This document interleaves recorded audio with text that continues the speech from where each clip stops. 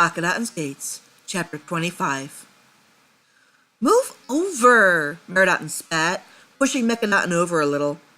You're on my side, Mekanaten yelled as she pushed her sister back. Girls, I spat. Stop it, or we'll turn this whole procession around and go back to Memphis. It was an awkward ride, as the chariot contained my husband as the driver, Mekanaten, Meridaten, and myself.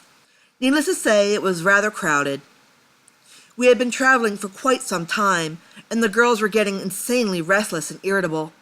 Mekanaten gave a whine as she tried to sit down. With the current situation, this was not going to happen. Akhetaten pulled on the reins, slowing the horses before him and the entourage behind him to a stop. Mekanaten, why don't you ride on one of the other chariots? You'll have more room to be comfortable. Is she all right? One of the charioteers called up. Let her ride with you, he called back. It's been a long ride, and I think these little hens are due for some space before they peck each other's eyes out. This certainly got some amusement from those close enough to hear. It didn't lighten the moods of the princesses, however. I could tell they were very unhappy with the endless hours upon hours that we had been riding. I was almost expecting a barrage of, "Are we there yet? Are we there yet?" Luckily, it had not come to that. I placed a hand on my husband's arm, speaking gently. Why don't we all stop and take a brief rest, Akhetaten? Everyone is tired and a bit eager to just take it easy. Most of us are not used to traveling for days like this. I want to get there, he replied. The longer we dawdle, the longer it will take. I want to make good time. Yes, we would all like to put this long ride behind us, but you're torturing these poor children and the young passengers of the entourage. He peered back at the long parade procession.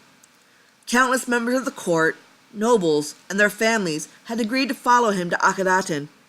This also included his ministers and their families. The princesses were not the only children on this trip. Very well. We can only rest for a few minutes. Let's not dally too long. Akhetaten hopped from the chariot, glad she could take some time to run in the sand and bend her legs.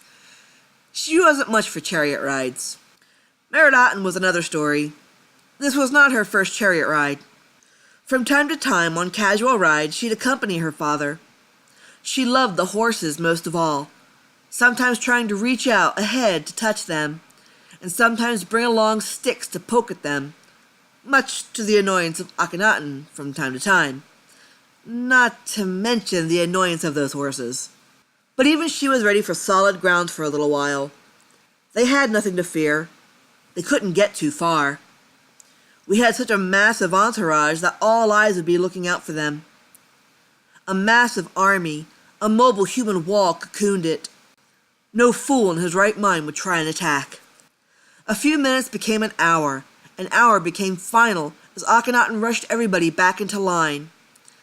The thing about traveling in such a mass was that travel proceeded much slower. It wasn't until the following morning, just after dawn, that Akhetaten declared victoriously, "Behold, my devoted family! Behold Egypt! This is Akhetaten, horizon of the Aten, our new home!" I gasped as I saw the city unfolding before me. There were countless tents in which citizens and workmen were living, until more homes and shops could be completed. There were buildings along the roads in intervals as the layout was still being built, and in the distance was a wonderful, unfinished palace.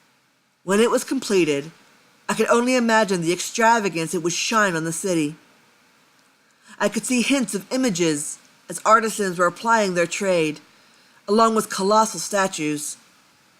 The most common thing to be seen was the scaffolding which stretched about the entire city, including the palace. But the massive building was constructed enough to be considered livable.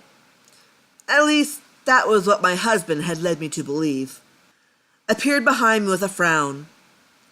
Akhetaten, we need to hurry. Akhetaten doesn't look like she's doing too good back there with the wet nurse. Huh? He briefly, and dangerously, glanced behind him. Oh, don't worry. He faced forward again. We are almost there, and we can set immediately into settling in. I gave him a smile and took in a strange, new, and vaguely familiar sight. When I peered to the east, I felt my heart stop and my eyes grow wide. That rock formation. The Akhet. Amarna! Akhetaten was Amarna. This place. This was the place. This was the last place before returning. This place. Aten found me here and led me there to the Akhet. I had returned here. And peeking between the Akhet's cliffs, the sun was resting as I had seen it before. The rays were stretched out over the land. Aten. Nefertiti. I spun my head around to see Akhetaten giving me a look of concern. You look pale. Are you all right? Are you becoming ill? Huh? What? Oh. I took a few deep breaths. Is something wrong? No. I just had an overwhelming feeling. He followed where my gaze had come and smiled as he saw the image of the sunrise. Aten is watching. It is pleased and honored. Is Mom getting ready to throw up like Akhetaten? Meridaten asked, trying to figure out what was going on. If she is, then I want off. I'll ride with Akhetaten. I'll be fine, I assured, seeing the crowds coming to the road to wow and cheer at us as we passed. We finally slowed to a stop in the palace courtyard. The last stop. It was a magnificent structure. It was bright and colorful with elaborate colossal statues of Akhetaten himself guarding the gateways. The inside, from what little I could see from the outside, was bright and colorful, beckoning. Extending from the palace was a long, covered bridge-like structure with a very large balcony in the center. The bridge led to a massive open-air temple. Akhetaten, it's beautiful. Yes, he replied. Just wait until it's finished. It will be fantastic. The Majesties have arrived, came a voice inside the palace. Coming out to greet us was a vaguely familiar man. Ah, yes. I remembered him. Ramose, Akhetaten called, pleased to be greeted so. You're a sight for sore eyes. You have done well here. I am pleased. Let me be the first to say that we are pleased that your entourage has made it safely home. Everything is coming along just as I had imagined it. Even I am overwhelmed by such beauty and craftsmanship. I stepped from the chariot, making my way back to check on Akhetaten and Akhetaten. I was glad to finally be in this place. On our camps, Akhetaten suffered cold nights, shivering and pleading for me to keep close to him. Now he could return to a world of comfort. This would be best for the girls, too. They were eager to explore. Meridaten, always the bossiest of the princesses, leapt into Ramose's arms. Show me my room. Is it big? Do I have to share? Show me. My, you are a very confident and outspoken princess, young highness. Yes, I am. Now where is my room? I will gladly show you anything that you want to see, young princess, Ramose replied. Me too. Wait for me. Don't forget about me, Meridaten, Akhetaten called, chasing after them. And me, from Akhetaten. I couldn't help but find it a little amusing. Akhetaten began to grunt and fuss. She was obviously glad that the trip was over too. But she was also obviously still quite unhappy and cranky. Akhetaten stepped from the chariot to come over and peer over my shoulder. Is she all right? She'll be fine once she's cleaned up and has a nap. I'm glad, he sighed with relief. I didn't think she'd react so poorly to travel. I don't think it would have mattered. She's a vomit bomb, I laughed. She'll explode like that for a while. He gave me an affectionate nuzzle. I could tell that even he was glad the long ride was over. He wanted to enjoy home. The army had begun to disperse, since now the royal family was safely inside the palace gates. I walked past me with one of his generals. They had been in a conversation of their own until they came close. Once he noticed me, gave me a cold glare. My husband didn't see this display. I could tell. He was disappointed in me. I hadn't borne Egypt a son, heir, and crown prince. Funny how the most pressure came from him and not the royal household. I couldn't seem to make him realize that this was a matter beyond my control. If it had been my choice, despite my love for my girls, I would have given Akhenaten his Smenkare. But Akhenaten and T were both pleased with matters as they were now, and so was I. Speaking of Queen T, we heard a terrified series of yells and raging screams. Queen T was chasing after her driver, raising her fist high in the air. Her Nubian wig was lopsided, hairs coming loose from their beads. "You stupid son of a bitch! I told you to slow down! Now the tire is gone! My dress is stained from the sand! I hurt my ankle! I could have been killed! You'll pay for this!" "Doesn't look as if the trip dampened my mother's spirit any," Akhenaten chuckled. He then glanced down at Akhetaten. "You and the nurse should take her inside. She's starting to let off an odor." I gave him a nod, feeling the same, leading my wet nurse past him and being cut off by T, who hobbled over and straightened the wig. "Ugh! Those people are complete idiots! Not the faintest idea how to treat royalty." She let out a huff and then reached out to readjust my crown. "What's wrong with you?" "Is my son a bad driver?" "Oh, he's a wonderful driver, actually," I replied. "There is something on your mind." "Oh, no. I'm just tired, and Akhetaten needs to be cleaned. I'm just eager to get settled and comfortable. This was one tough move." She gave a nod. "Come then, and let us explore together." "What about your ankle?" "I gave birth to a multitude of children," she declared. "If they haven't crippled me, then a little hurt ankle won't keep me off my feet. Hurry!" My sandals clacked loudly on the new floor as I ran down the colorful corridors. "Akhenaten!" I called, chasing after him. He stopped and turned, waiting for me. I, on the other hand, had a lot of trouble coming to a stop and crashed into him. "Whoa! Nefertiti, are you all right?" he chuckled. "Akhetaten has a fever. She hasn't been getting any better since the move. I'm getting worried." "She's still not herself?" "I can't get her to stop crying. She's driving us all crazy." He began to pace the corridor a few times, not sure what to say or how exactly to respond. Sure, the other girls had gotten sick before, but medicine was never exactly Akhenaten's forte. "All right," he said. "I'll try to get back as early as possible. Do your best until then. But right now, I have to go. Worship in the temple is about to begin, and nothing can happen without me." "But it's the best I can do," he snapped, making me jump back. "Look, since you've not taken the initiative to do so, I will summon Khufu. I believe he's wandering around looking for something to do." He didn't wait for my response as he rushed through the throne room and through the king's bridge, making his way to the temple. All I was able to do was wait for his return and the arrival of Khufu. It took a lot of patience from myself and the nursemaids, and from T to attempt to quiet my baby, but to no avail. It felt like an eternity of headaches and exhaustion. I heard the doors open.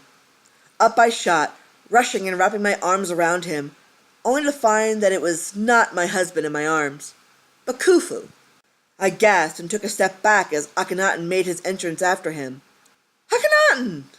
"She sure is a friendly queen," Khufu chuckled, making his way towards T and the baby, leaving me to stand with my husband, Tepi, and the guards that had come. "Crazy old fool," T remarked. "Is she any better?" Akhenaten asked. "We were able to break her fever," I sighed, bringing a hand to my head. "But she hasn't stopped fussing at all." "I prayed for her," he replied, placing his hands on my shoulders and then pulling me a little closer to him. "I asked Aten to bless her with good health." "I think we all did," Tepi smiled. I gave a thoughtful smile in return. This gave me a sense of comfort. Akhenaten had left so hastily I thought he was shrugging us off, but he took his religion extremely seriously. He wanted to rush, not just out of obligation to the temple and the worshippers, but also to hurry and plead with Aten to answer urgent prayers. In moments, silence rang through the room. I turned around and saw a proudly smiling Khufu. "Where are we going now?" "Oh, shut up," T pouted. "Ah, she's fine," Khufu beamed. "A hippo!" T's hand shot out and covered his mouth before he could begin some strange off-the-wall story that normally replaced useful diagnosis. She took her other hand to snag the physician by the ear. "No crazy stories, Khufu. Just be out with it." She released him harshly afterwards. He whined and rubbed his ear as he gave her a pathetic stare. "Ow! She's fine. She's still recovering from the stress of the move. It perhaps may have been a little too early after all.